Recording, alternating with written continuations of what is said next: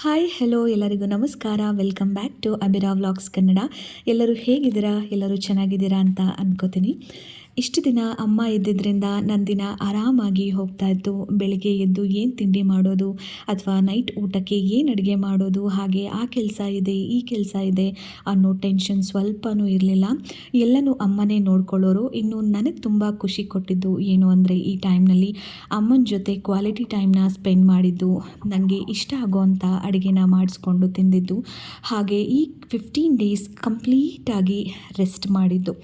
ಅಮ್ಮನ ಜೊತೆ ಎಷ್ಟು ಮಾತಾಡಿದರೂ ಸಾಲೋದಿಲ್ಲ ಅಲ್ವಾ, ಎಸ್ಪೆಷಲಿ ಮದುವೆ ಆದಮೇಲೆ. ಇನ್ನೇನು ನಾಳೆ ಅಮ್ಮ ಊರಿಗೆ ಹೊರಡ್ತಾರೆ. ಇನ್ನು 1 ವೀಕ್ ಬೇಕು ನನಗೆ ಆ ಬೇಜಾರಿನಿಂದ ಹೊರಗಡೆ ಬರೋದಕ್ಕೆ. ಬಟ್ ಏನು ಮಾಡೋದು, ಊರಲ್ಲಿ ಅಪ್ಪ ತಮ್ಮ ತಂಗಿ ಎಲ್ಲರೂ ಇರೋದರಿಂದ ಅಮ್ಮ ಹೋಗಲೇಬೇಕು. ಅದರಲ್ಲೂ ನನಗೋಸ್ಕರ ಮತ್ತೆ 15 ದಿನ ಟೈಮ್ ಮಾಡ್ಕೊಂಡು ಬಂದಿದ್ದೆ ನನಗೆ ತುಂಬ ಖುಷಿ ಕೊಟ್ಟಿದೆ. ಇನ್ನು ನಾನು ಅಮ್ಮ ಆಗ್ತಿರೋದ್ರಿಂದ ನನಗೆ ಅಮ್ಮನ ಮೇಲೆ ಇನ್ನೂ ರೆಸ್ಪೆಕ್ಟ್ ಜಾಸ್ತಿ ಆಗಿದೆ. ನಮಗೋಸ್ಕರ ಇಷ್ಟೆಲ್ಲ ಕಷ್ಟಪಟ್ಟಿದ್ದಾರಾ, ನಮಗೋಸ್ಕರ ಇಷ್ಟೆಲ್ಲ ನೋವನ್ನು ಅನುಭವಿಸಿದ್ದಾರಾ ಅಂತ ಹೇಳಿ ಎಲ್ಲ ಅಮ್ಮಂದ್ರಿಗೂ ಹ್ಯಾಟ್ಸ್ ಆಫ್. ನೀವು ಯಾವಾಗಲೂ ಖುಷಿಯಾಗಿ ಆರೋಗ್ಯವಾಗಿ ಇದ್ದರೆ ನಾವು ಕೂಡ ಖುಷಿಯಾಗಿ ಇರ್ತೀವಿ. ಆದರೆ ಅಮ್ಮಂದರು ಏನು ಹೇಳ್ತಾರೆ ಗೊತ್ತಾ, ನೀವು ಖುಷಿಯಾಗಿದ್ದರೆ ನಿಮ್ಮ ಖುಷಿ ನೋಡಿ ನಾವು ಚೆನ್ನಾಗಿರ್ತೀವಿ ಅಂತ. ಅದಕ್ಕೆ ಅಲ್ವಾ ಅಮ್ಮಂದು ನಿಸ್ವಾರ್ಥ ಪ್ರೀತಿ ಅನ್ನೋದು.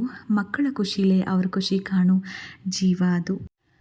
ಮನಸ್ಸು ಮಗು ಥರ ಪ್ರೀತಿಯಲಿ ಹರಸೋ ಹಸು ಥರ ತ್ಯಾಗದಲ್ಲಿ, ಜಗಕ್ಕೂ ಗೋ ಜನನಿ ಜೀವದ ಜೀವತಾಯಿ.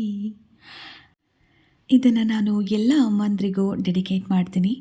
ಇನ್ನು ಇವತ್ತಿನ ಈ ನನ್ನ ವಿಡಿಯೋ ನಿಮಗೇನಾದರೂ ಇಷ್ಟ ಆಗಿದ್ದರೆ ಒಂದು ಲೈಕ್ ಮಾಡಿ, ಕಮೆಂಟ್ ಮಾಡಿ, ಹಾಗೆ ಮರೀದೆ ನನ್ನ ಚಾನಲ್ನ ಸಬ್ಸ್ಕ್ರೈಬ್ ಮಾಡಿ. ಮುಂದಿನ ವಿಡಿಯೋದಲ್ಲಿ ಮತ್ತೆ ಸಿಗ್ತೀನಿ.